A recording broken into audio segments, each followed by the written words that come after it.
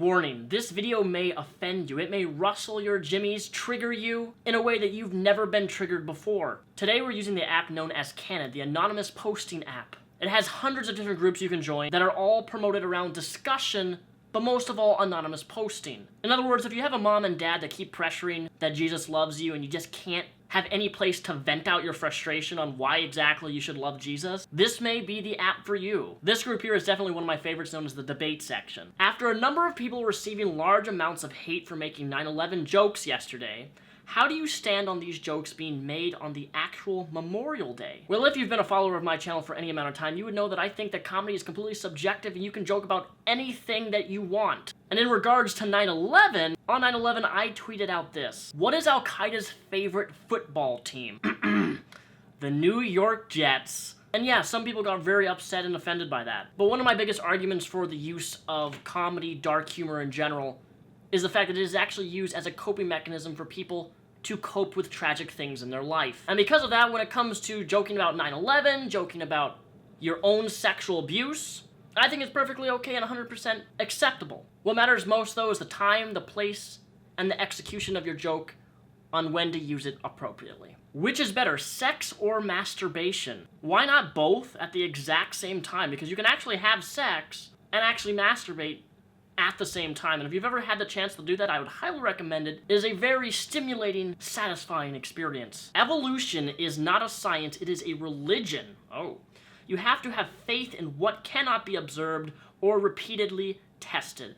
Well, the thing about that is that we have actually tested and we have actually been able to observe, for example, the fruit fly evolving into different stages. There is evidence for evolution, fruit fly being many of the types of bugs and creatures that do in fact evolve. Secondly, to equate evolution to a religion doesn't really work, because a religion usually involves worship of a specific deity. Evolution is a very basic concept. Change over time is simply what evolution means. Doesn't make any claims about how the world started, the Big Bang, or anything like that. When she finishes the Capri Sun pouch in one suck. Have you ever actually been able to do that? Finish a Capri Sun in one suck? Because if you can, man, I want to meet you. Do you think it is okay to indoctrinate children into a religion? Personally, I think no. Spirituality is a personal journey, and I don't think it's right to impose your spiritual beliefs on others, especially not young, impressionable children. I absolutely agree. And to further add into your comment here, I think it's really important that me as an agnostic atheist, if I have children in the future, one of my biggest goals is not to teach them what I specifically believe, but rather I'm going to let my child ask me if they want to know, hey dad, what do you think about this? Do you believe in a God? So on and so forth. I'll let them know what I believe, but I'm not going to raise my child up reading Richard Dawkins' God's Delusion book every single night. Hey son, come sit on daddy's lap. We got to read about the God delusion, why God doesn't exist. Now some people may not agree with me, but I don't believe in teaching my child atheism or trying to teach them what I believe specifically, because in that way I'd be doing the exact same thing that the religious people do. I don't want to indoctrinate my children, even though it's not indoctrination. I don't want to teach my children things. I want them to be able to choose and believe what they want to believe. And if they ask me as a father what I think on an issue, I will tell them my honest opinion and what I think. Do you think people still feel the same pride they used to when they hear the national anthem? This opinion may not be popular, but I really don't give a shit about the national anthem. I don't give a shit about any national anthem for that matter. And as a kid growing up in a homeschool environment, I always hated the fact that I'd sit down, and I'd have to stand back up again just to put my hand on my chest and say the Pledge of Allegiance. If a kid doesn't want to say the Pledge of Allegiance, I don't think he needs to say it. I'm never going to force my child to say it, and I don't think kids should be able to be forced to say it specifically in schools either. Don't get me wrong, America is a great country which allows us many of freedoms that other countries don't offer.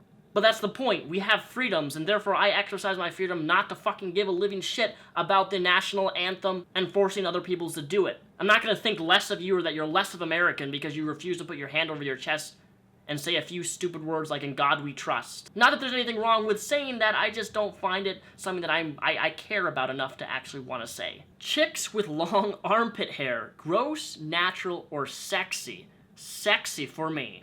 Here's the thing. Body hair is a very natural thing for men and women.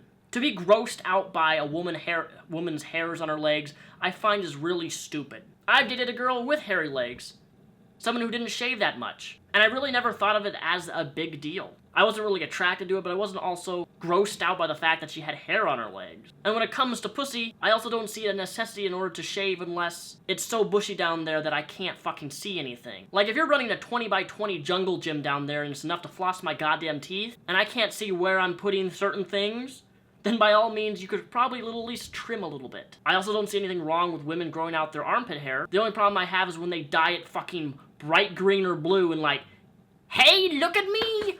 I'm a feminist! I'm growing out my body hair to say, fuck you, dudes! That's really the only time that I really have a problem. Because in cases like that, they're literally shoving their blue armpit hair in your face, bragging about how hairy they are. Fuck, I don't do that as a guy, why should you? A new tactic has emerged.